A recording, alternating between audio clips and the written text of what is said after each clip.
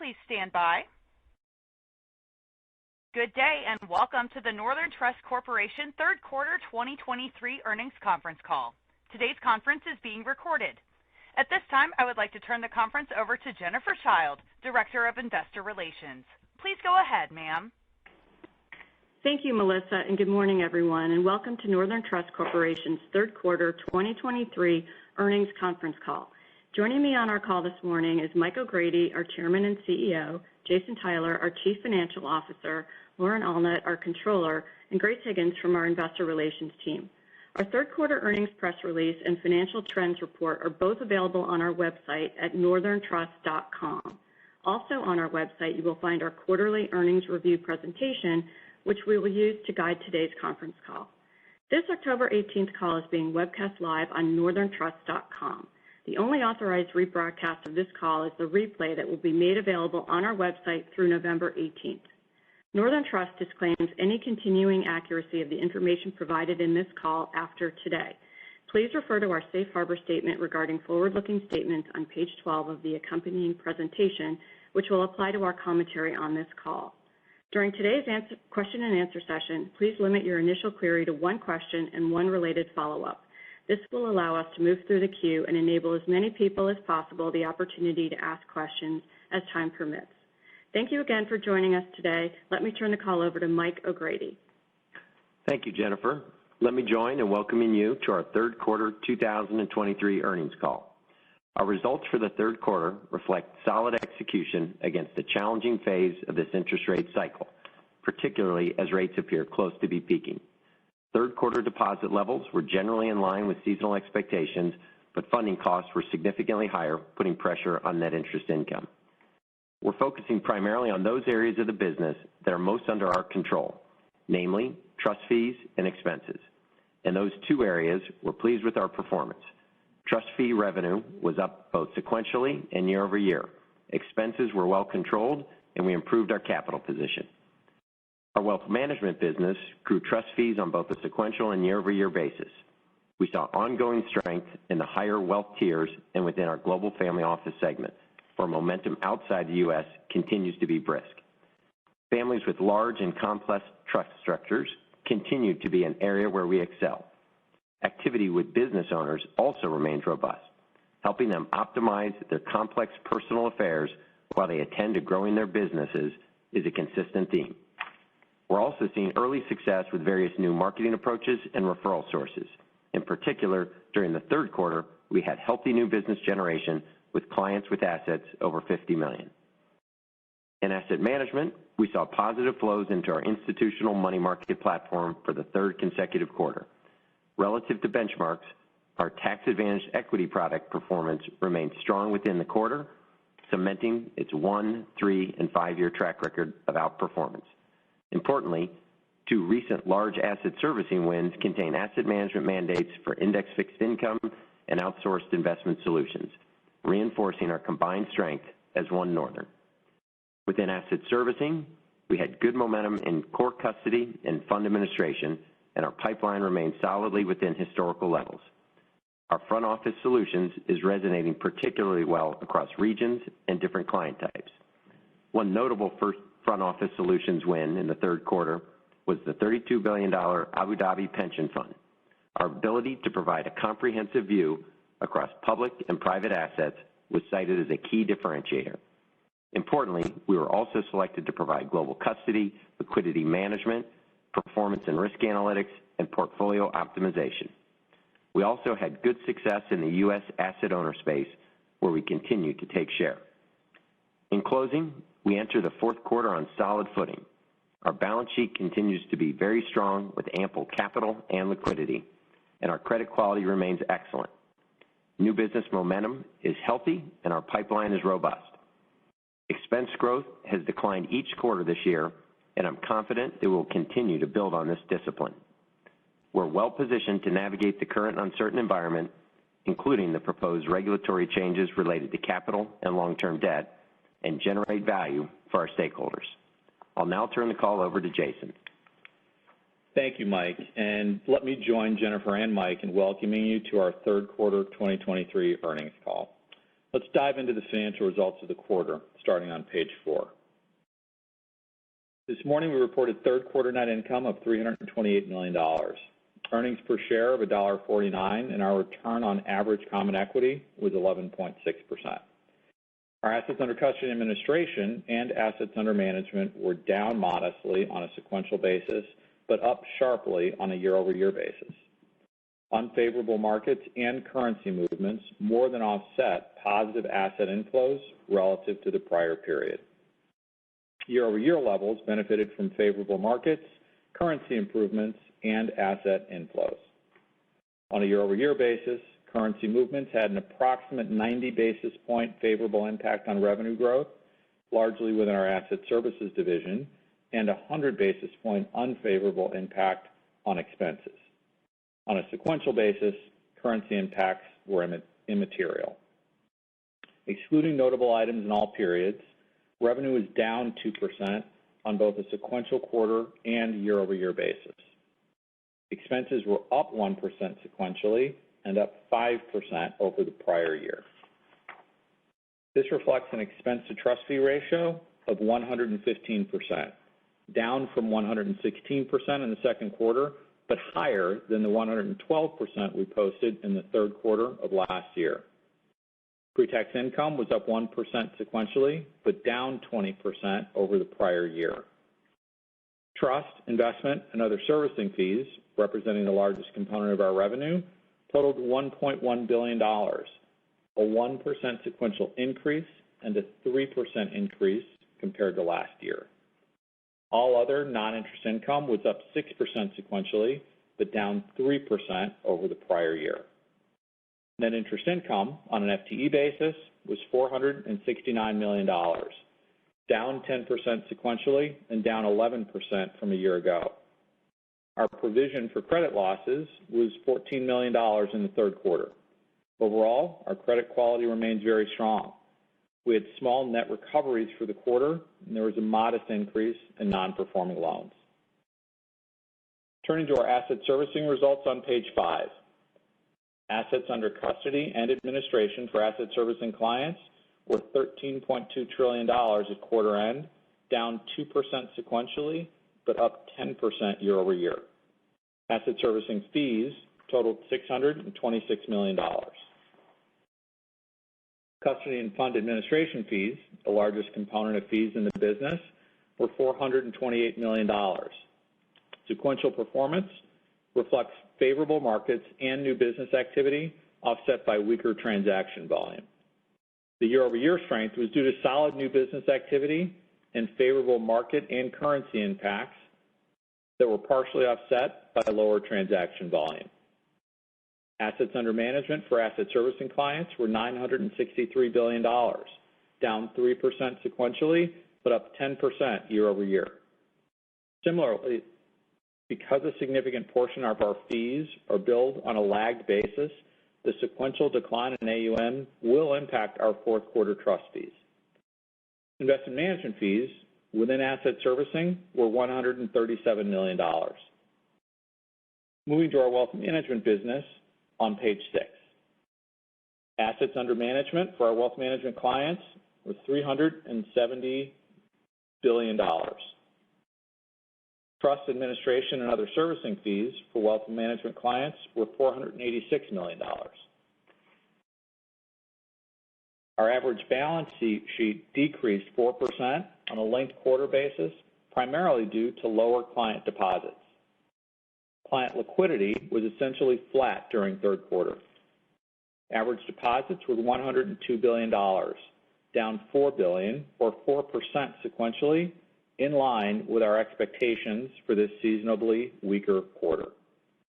The decline was seen largely in the interest-bearing channel as clients continued to reallocate cash positions. Non-interest-bearing deposits remained stable, down less than $1 billion sequentially, and the mix held steady at 17%. At quarter end, operational deposits remained at approximately two-thirds of institutional deposits, and institutional deposits comprised 75 to 80% of the total mix. Shifting to the asset side of the balance sheet, the duration of the securities portfolio reduced slightly to 1.9 years. The total balance sheet duration continues to be less than a year.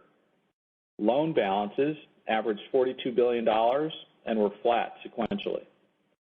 Our loan portfolio is well diversified across geographies, operating segments, and loan types. Approximately 70% of the loan portfolio is floating, and the overall duration is below 1 year. Our liquidity remains strong. Cash held at the Fed and other central banks was down, reflecting the absorption of the deposit decreases, but highly liquid assets comprise more than 55% of our deposits and nearly 50% of total earning assets. Net interest income on an FTE basis was $469 million for the quarter, down 10% sequentially and down 11% from the prior year. NII reflected the impact of several dynamics. We saw some continued client migration into higher-yielding cash alternatives, but the pace moderated as we expected. Deposit cost increases were a slightly bigger factor, with funding costs up 46 basis points over the second quarter. Due to the competitive environment, we repriced a small number of meaningful products to ensure we're protecting deposit volumes. We're not price leaders, but we're vigorously defending our deposits with an eye toward playing the long game. We expect to benefit from this strategy when rates decline. Client engagement also led to a combination of specific repricing on existing accounts and a shift to higher-paying term deposits. There's no question that clients want to remain on our balance sheet, but sensing that the rate cycle is close to peaking, they've begun to stretch for duration. Our NII in the fourth quarter will continue to be driven by client behavior, which has been less predictable given the speed and extent of this cycle's rate hikes. Our average client deposits thus far in the quarter are $100 billion. Modest outflows are expected to continue, due in part to client efforts to optimize returns and to some known outflows related to M&A activity and other corporate needs. Pricing should remain under pressure, with further NIM compression possible. We currently expect fourth quarter NII to be in the range of $430 to $440 million. Factors that could swing the outcome include the pace of further deposit outflows, the level of price pressure, the extent to which we continue to see deposit mix shift, and the offsetting impact from the repricing of the securities portfolio. As we look out to 2024, there are a wide range of scenarios under which net interest income could trend. Deposit pricing pressure, our securities maturity schedule, investment outlook, and other factors provide upside that's not reflected in the current quarter. Turning to page 8. As reported, non-interest expenses were $1.3 billion in the third quarter, down 4% sequentially, but up 4% as compared to the prior year. Excluding unusual items in both periods, including those noted on the slide, expenses in the third quarter were up 1% sequentially and up over 5% year over year. I'll hit on just a few highlights. Excluding unusual items, compensation expense was down 2% sequentially. This reflected reductions in incentive compensation and headcount actions taken year to date. The increase over the last year reflects 2023 base pay adjustments. Excluding unusual items in all periods, non-compensation expense was up 3% sequentially.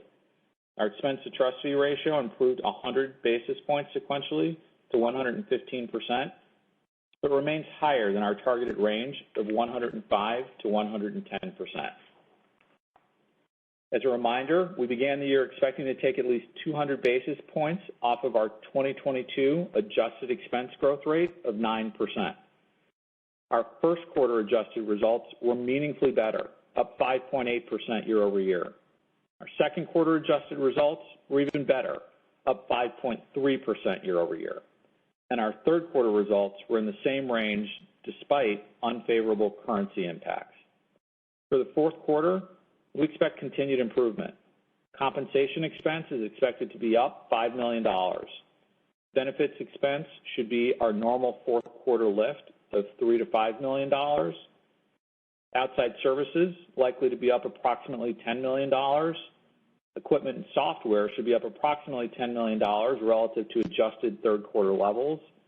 Occupancy is expected to increase a few million dollars above adjusted third quarter levels. Other operating expense has many components, including market-driven categories that are not predictable, but it has tended to increase in the fourth quarter. All in, this would put our full-year adjusted expense growth rate at approximately 5%, or roughly 400 basis points lower than 2022 levels. Our financial model is based upon mid-single-digit trust fee growth from a combination of organic growth and market appreciation.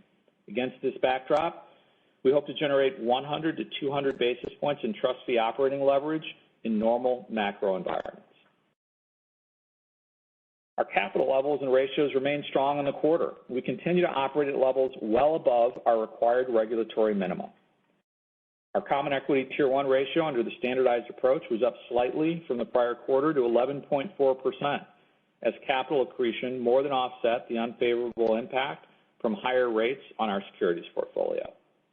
This reflects a 440 basis point buffer above our regulatory requirements. Our Tier 1 leverage ratio was 7.9%, up 50 basis points from the prior quarter. At quarter end, our AOCI was a negative $1.4 billion, a slight improvement over second quarter levels. We returned $159 million to common shareholders through cash dividends of $158 million and common stock repurchases of $1 million. We slowed our buyback activity in order to reserve for the anticipated FDIC special assessment. We're well positioned to meet the proposed regulatory requirements that Mike referenced without significant changes to our operating model. And with that, Melissa, please open the line for questions.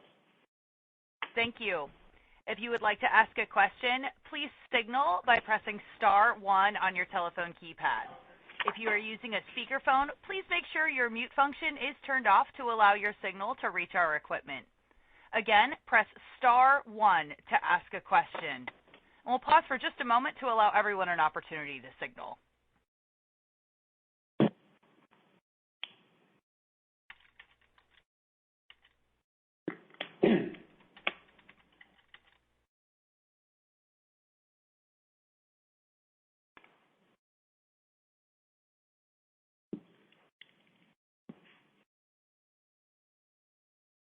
And we can go with our first question from Glenn Schorr with Evercore. Morning, Glenn. Wow, that was like The Price is Right. I like it. Okay, so I appreciate the range of outcomes for NII next year that you can't control, so we'll leave that aside for a sec. But you mentioned your expense to trust fee ratio, your target, and what you can do in terms of operating leverage in a better environment or a normal environment. I'm curious, just what's the overall approach to expenses as you enter budget season next year within that mindset of what your goals are? And how do you approach it with that much uncertainty around things that you can't control? Yeah, well, as we enter, this is the time of year where we're trying to get a sense of where the launch points will be. And, I walk through a little bit of a financial model for you guys to think about, that if we're over time, we'll get lift from the equity markets, and we should also have low to mid single-digit organic growth. If we can get 100 to 200 basis points in fee operating leverage, that sets us up really well based on where our pre-tax margin is for good EPS growth over time. And so that's the goal that it's one of the metrics that we look at really closely. And we're still in an inflationary environment where it's harder to get that operating leverage if you're just looking at fees, because the expenses are elevated and you don't get the benefit from higher rates on the trust fee line. But you can tell that we've spent an incredible amount of effort this year working the year-over-year expense growth rates down. And you go back to 2022 and printing a 9% growth coming into this year, we knew we had to do better than that. And we've been grinding that down each quarter after quarter. We first tackled it with working hard on labor, and you can see, that's the biggest cost that we have, so we have to get that right. Headcount's down, and then another key element is technology. That shows up in equipment, software, and outside services.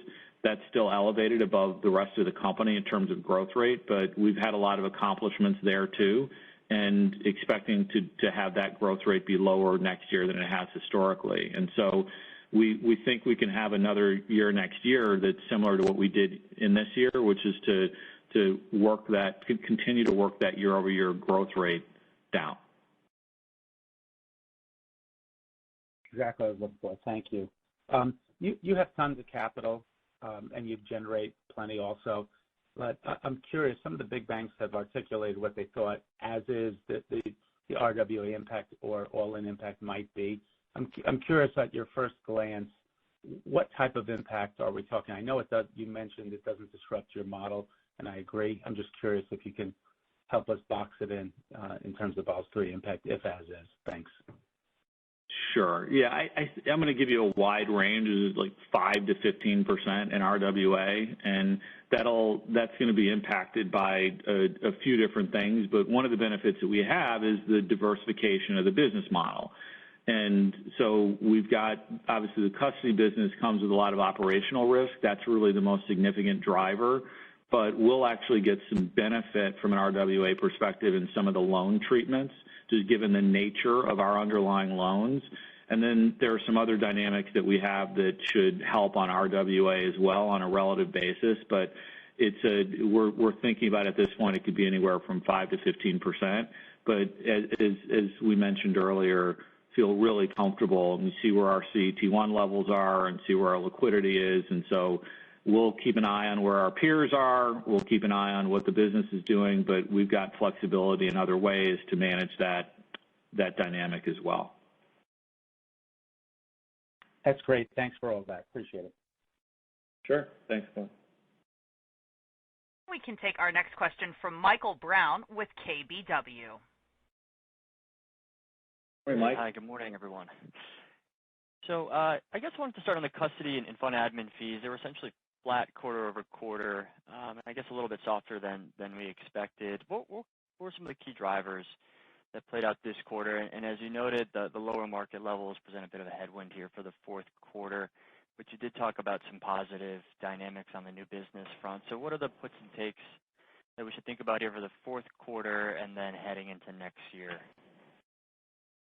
Sure. So, first of all, if you just look at the custody and fund admin line and split it, we talked about the fact that currency on a sequential basis was effectively a push year over year. It helped more than that, roughly in the neighborhood of 1.5% to 2%.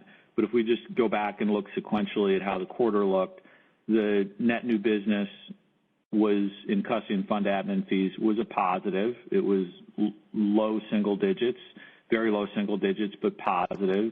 And then transaction volumes continue to be light. And we're starting to talk about that dynamic as something that might be more long-term, just as our clients move more toward more indexing as opposed to active management. There's less trading activity, there's less reporting, there's less transitions.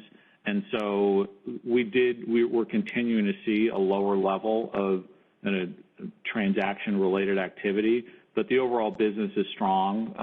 Again, net positive from an overall net new business perspective, and the pipeline, as Mike mentioned, looks strong. Okay, and then if we just change gears to the deposit side, it sounds like the pressure there still remains. Could you just maybe unpack some of those underlying dynamics by client type and maybe just touch on where the pressure is perhaps the greatest and maybe where there's a bit less of a challenge? And are you seeing some elements of the deposit base that are seeing stabilization here, or is it really kind of across the board? definitely feel it's stabilized in a lot of ways. It's hard to predict where it's going to go because obviously it's been a volatile cycle, and clients are clearly trying to figure out what to do from here. There's a lot of clients that are terming out their deposits. We saw in the wealth side, just to get at your question of how it's separated by channel, the wealth side, we saw a significant increase in term deposits. So clients are saying this is an opportunity to move out of checking and into CDs. And part of that is the nature of our clients, where they have large amounts of deposits, and so they can take a component of their deposits and think about that more strategically and less about the need to maintain that liquidity just for day-to-day payments.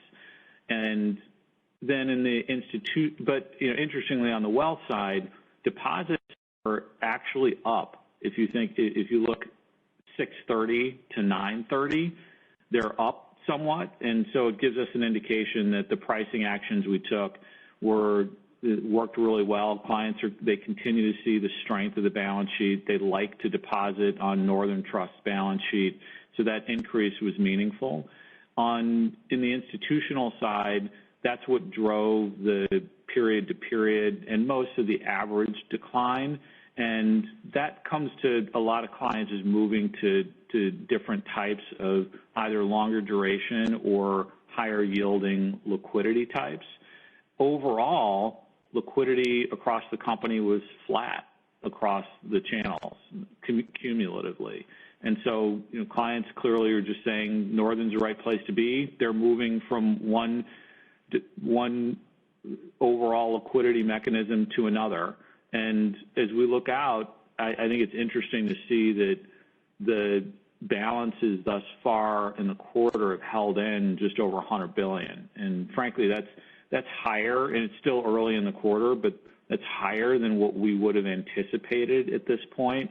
And the 430 to 440, just to give some context there, that assumes that net interest margin would be relatively flat, up a couple to a few basis points, but deposits would have to come down an average in the $93 billion to $95 billion for us to get down to that 430 to 440. And so at this point, thus far, again, we're 2 weeks into a 13-week quarter, the deposit levels are holding in higher than that. Okay, great. Thank you for all of the color, Jason. Sure.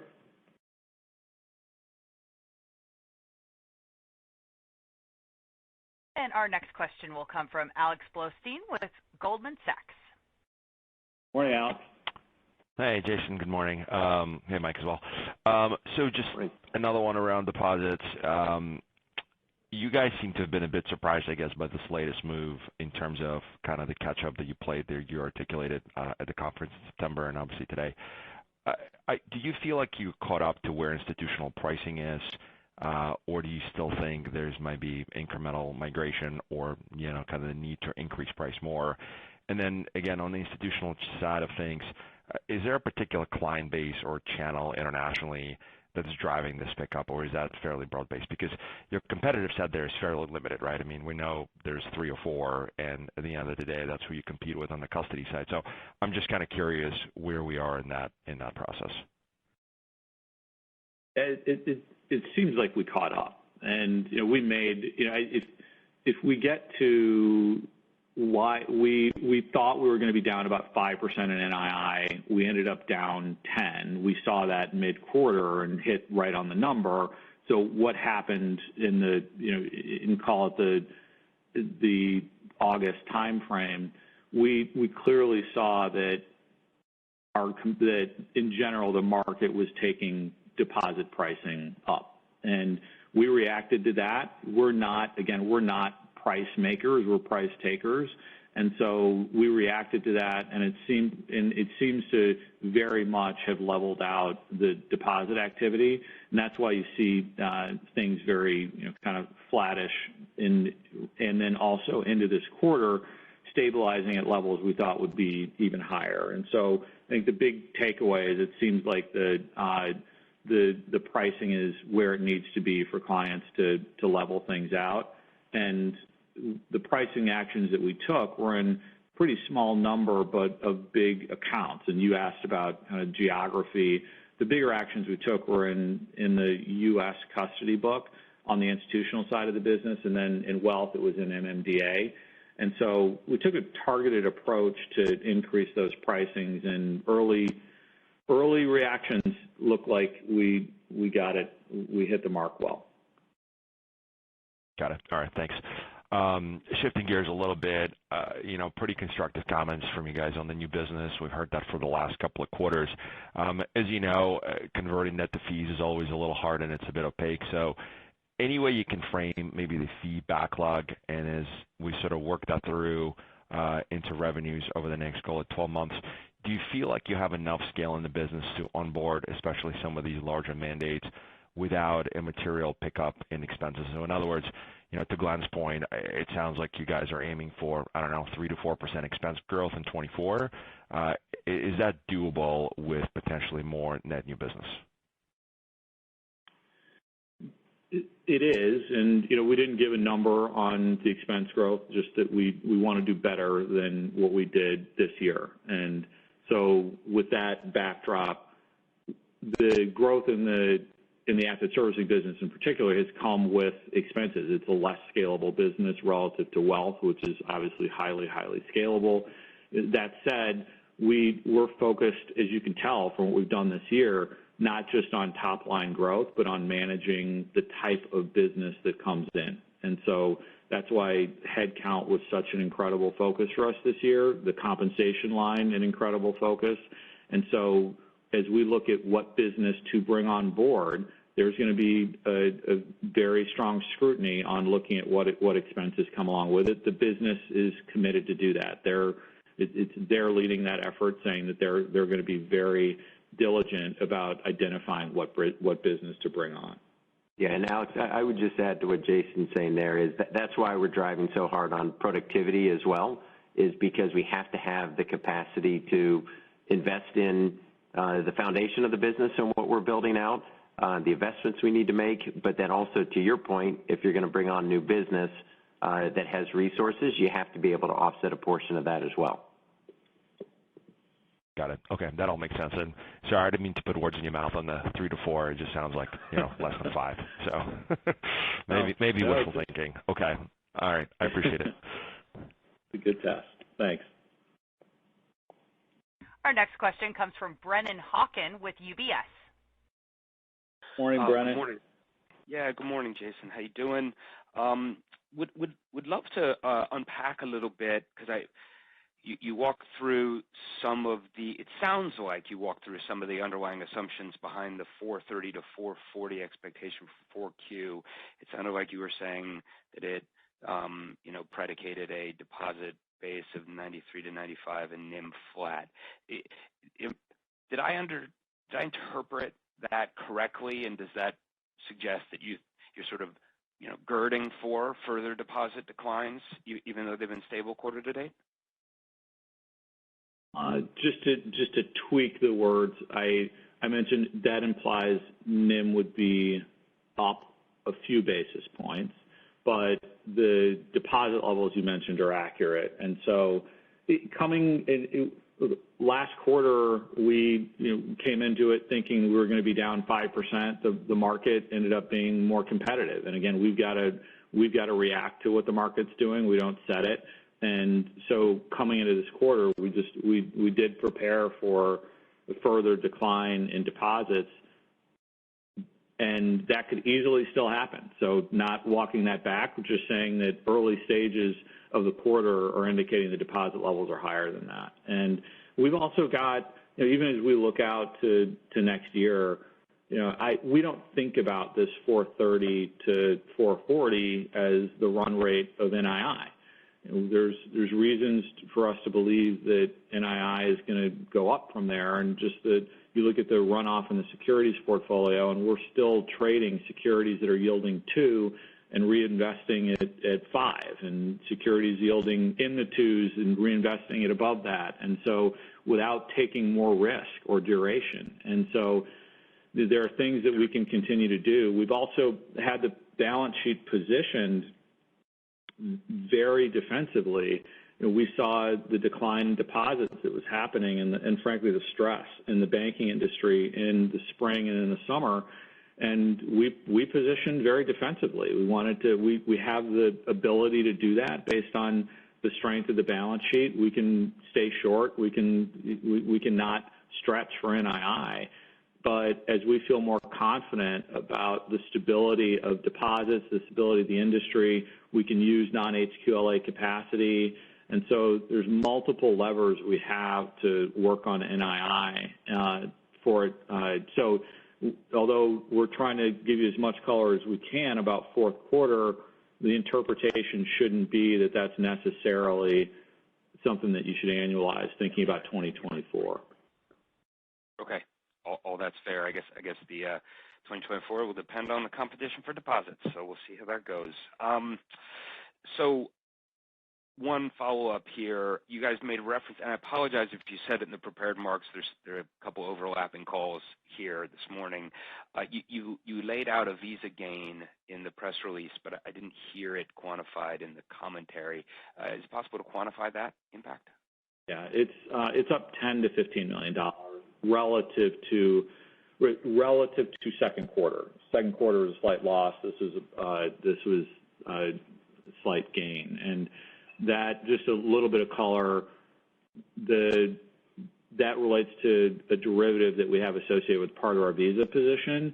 And as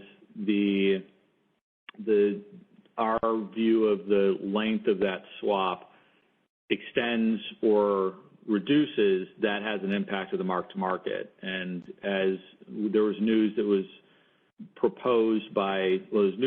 out this quarter of Visa saying that they have a shareholder proposal to release half the shares, it reduces the amount of time in that swap, and so therefore it changed the mark from what it otherwise would be. Great. Thanks for that color. Sure.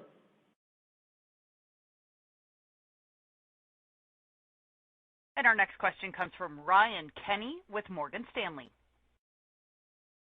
Hi, good morning.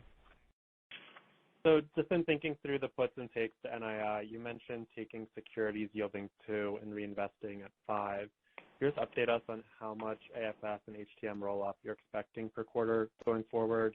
And as those securities mature, are you mostly reinvesting that all into cash?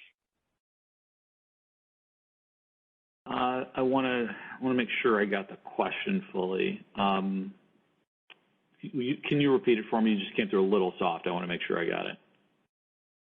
Yeah. So as you're reinvesting securities from 2 into 5, could you let us know just how much AFS and HTM roll off you're expecting per quarter, and are you reinvesting that all into cash?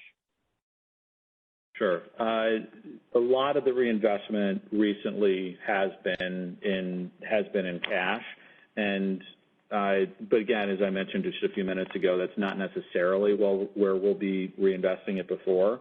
And as we look at the schedule, it probably averages the runoff averages about 2%, particularly. Let's just take the U.S. dollar denominated amounts, and then overall, there's about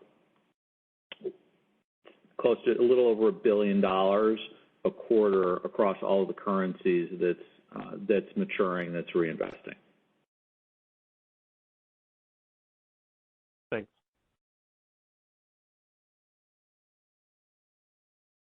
And moving on to our next question from Brian Bedell with Deutsche Bank. Great. Thanks. Brian? Thanks. Good morning. Hey, good morning, folks. Thanks for taking my question. Just one clarification on the other investment or the other income that was the $68 million this quarter versus $55 in the second quarter. Should we take that $55 and think of that as a more normalized run rate given the noise on the Visa swap gain? Yeah, I think the Visa is going to at some point in time, I think the noise in that line item will just go away. And Visa did announce that they did make this announcement, and so that should have an impact on the swap at some point. And so I think it shouldn't be, again, it has tended to be a negative. That negative will go away. And so the prior run rates are probably too low, and the current run rate might be too high. The best way to think about it. Okay, fair enough on that. And then just on the NII guide, just to clarify also, the 430 to 440, is that FTE? And then, well, let me just ask that first. That's FTE, correct? Yes. Okay, great. And then just as we move into 24, some of the elements, obviously a lot of wide ranges of what can potentially happen. But on the competition front, it sounded like that was fairly episodic this third quarter. It got resolved, and just sort of, I guess, your view on whether you think that might reemerge. Of course, it's always tough to predict, but just in terms of the fact that you're able to defend it with higher rates but keep those deposits, would that seemingly be a disincentive for other providers to try to grab those deposits and not actually get them? And then, what would you think of, maybe this is tough to answer too, but what level of deposits is at risk of that competition within the custody and the wealth business? In the institutional business, let's start there. A lot of those deposits are there for clients to be processing payments, and they not only have the end of day deposit needs, but intraday needs. They can have intraday overdrafts, and so they've got to think about their liquidity not just end of day but intraday. And we process a tremendous amount of payments across the system, and so that's why we always are talking about not just the traditional operational component, but the amount of dollars and velocity that we have in the asset servicing business, which is very high. The amounts that are more sensitive to rates tend to be very large clients that are making a decision on where to park large amounts of dollars, and those tend to be negotiated. And that's kind of the top end, but that's also where there's lighter spread. In the wealth side of the business, clients are making decisions more from a product perspective, and they're moving between term, treasuries, money market funds, and traditional checking accounts. And we've seen increases in all non-checking account areas over this cycle. And we've seen CDs go from less than $1 billion to close to $4 billion. And that obviously has a really big impact when you think that that's coming from a traditional checking account into a market rate CD. There's hundreds of basis points of difference. And so if it gives you a little bit of a sense of on the wealth side, if we've talked about 75% of the deposits overall that we have are in wealth, are in institutional, and 25% in wealth. And so, and then you see the type of movement that can happen if we're talking about $2, $3, $4 billion of movement of that $20 to $30 billion base. It's pretty meaningful. But it's the good news. It has stayed with us, and we've done a good job of holding on to the deposits. Again, it's been deposits up this past quarter, and overall client liquidity for the business flat from one quarter to another. Yeah, no, that's great color. Thank you very much. Sure. Our next question will come from Mike Mayo with Wells Fargo. Hi. Yeah, I'm a little confused on the NII guidance. You're looking to be down 6 to 8% in the fourth quarter to 430 to 440, but you said don't take that as a run rate. And so, what kind of run rate do you think you'll have? Because I guess you're guiding down NII 20% year over year in the fourth quarter. So how much of that do you think you get back as you take those 2% securities and invest them in 5% and take all your other actions? And do you think the fourth quarter will be the low point, or the NII inflection comes later, or just a little bit more color on that, if you could? Yeah, sure. No, fourth quarter could be, it could definitely be a low point, and particularly thinking about some of the things that we mentioned, but just taking the securities runoff alone, the math gets to, you get to over, call it a $10, $12, $13 million lift per quarter coming just from securities, from just the securities maturing and reinvesting, again, in similar duration, similar credit profile. And that's without us taking these other actions. And just as our clients are thinking about where are we in the yield, in the overall rate cycle, we think about that as well. And we've had the balance sheet positioned in a pretty defensive manner, and this provides us an opportunity to start thinking about what do we do differently. But just the maturity schedule alone has kind of call it a $50 million annualized lift to it, and that's just one of the levers that we have that we'll be working from. In light of just more headwinds, though, than you had expected, I know you said no more expense plans, but and you have kind of bent the cost curve, which is the expression, I guess, of the year. Any thoughts about tightening up expenses even more than you've already done? Yeah, the productivity office, we launched just in this year from kind of a standing start, and we're going to get over $100 million within this, $100 million of savings in this year. Most of those are on a recurring basis. And so you see a lot of that reflected in the actions we took from a compensation perspective, but negotiations with consulting firms, how we're looking at demand for technology consumption, how we're managing real estate. And so we've pulled a lot of levers there, and couldn't have a higher sense of urgency on what we're thinking about from a productivity perspective. But we should be getting above 2% a year in help from productivity. And we're not going to stop uncovering opportunities and having difficult conversations about what we can stop doing or how we can be thinking about things differently. Yeah. Mike, definitely continued focus on productivity, as Jason is saying. So just want to emphasize that point. There are still plenty of opportunities to functionalize, automate, centralize, a number of different, I'll call it more fundamental structural things that we're doing already, but just have longer time frames to implement them in order to get those savings longer term. And a lot around technology that enables that.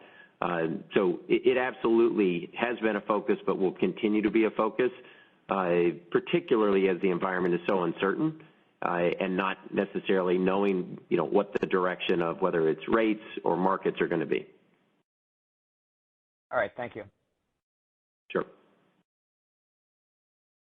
And our next question will come from Gerard Cassidy with RBC. Hey, Gerard. Hi, Jason. How are you? Very well. Can we take a step back? We're obviously all in the weeds on the quarter-to-quarter stuff for all of the banks, understandably so. But when you step back, if we're now after, since the financial crisis, let's call it 14 years of a incredibly low interest rate environment with a little blip up in 2018, of course, but if we're now in a new environment for the next 3 to 5 years where the short end of the curve stays above 3 or 4%, maybe even 5% for nobody knows for sure, how does that maybe alter the way you guys have been running the business for the last 10 years in a 0% rate environment to one now that is going to be 300 to 400 basis points higher at the front end of the curve? Or does it alter the way you run the business? Gerard, it's Mike. Appreciate the question, and the answer is yes. It does alter the way that we have to look at the business. And just starting with some of your comments there just around, low interest rate environment, higher interest rate environment, what aspects of that are cyclical versus maybe permanent changes. Jason mentioned some of the shifts in the way institutional investors invest and the implications on transaction volumes that may come with that. And as a result, beyond looking at the productivity of the business, which I think we've emphasized here, we also have to look at the pricing side of the business to ensure that we are being appropriately compensated for all the high value added services that we're providing. I'll say to all our clients, because it really isn't specific to just institutional clients or wealth clients. But if there was an expectation that you were managing a certain level of deposits as a part of an overall relationship, that was a part of the value you were receiving for all the services you're providing. If that's going to be different, for some time period, then you have to be compensated in different ways. Now, our model well enough to know, it's not a consumer product or something where, you change the pricing, daily or even monthly. So it's something that you have to work through the longer term way that your services are priced, and that the way relationships work. I mean, we're always looking to, retain relationships, but also very focused on expanding them. And the more we can do with the clients, the better the overall economics. So my point, which I think you're onto it, is we do and have been looking at this holistically, both on the revenue side and on the expense side, so that we can, continue to look at meeting the financial targets that we have. Very good. Thank you, Mike. And then as a follow-up, Jason, you were talking about, obviously you're approaching your budgeting season, and I'm not asking you to obviously tell us what's going on yet, but can you frame out for us a year ago this time when you were doing the budgeting for 2023, and you've, as you pointed out, you guys have made progress in reducing expense rate of growth. But can you frame out for us the outside factors that you were dealing with last year at this time, whether it was wage inflation or just inflation in general versus today? Is it a little easier today, or no, just as tough? The outside factors haven't really changed, and it's going to be, a tough environment to put together a budget. Last year, we were in a heavy inflationary environment that was hitting us in not just our labor costs, but also we were defending from others trying to take our talent. A lot was one of the talking points that we had at the time. That had implications, and we were just spending time on that as well. And then we were seeing inflation come in technology costs in a lot of different ways. So every budget year is really difficult. I have to say that the macro headwinds last year, I feel were heavier than they are this year. Very good. Thank you. Thanks, Gerard. It appears there are no further questions at this time. Ms. Child, at this time, I will turn the conference back to you for any additional or closing remarks. Thanks, Melissa. We'd like to thank everyone for joining us today, and we look forward to speaking with you again soon. This concludes today's call. Thank you for your participation. You may now disconnect.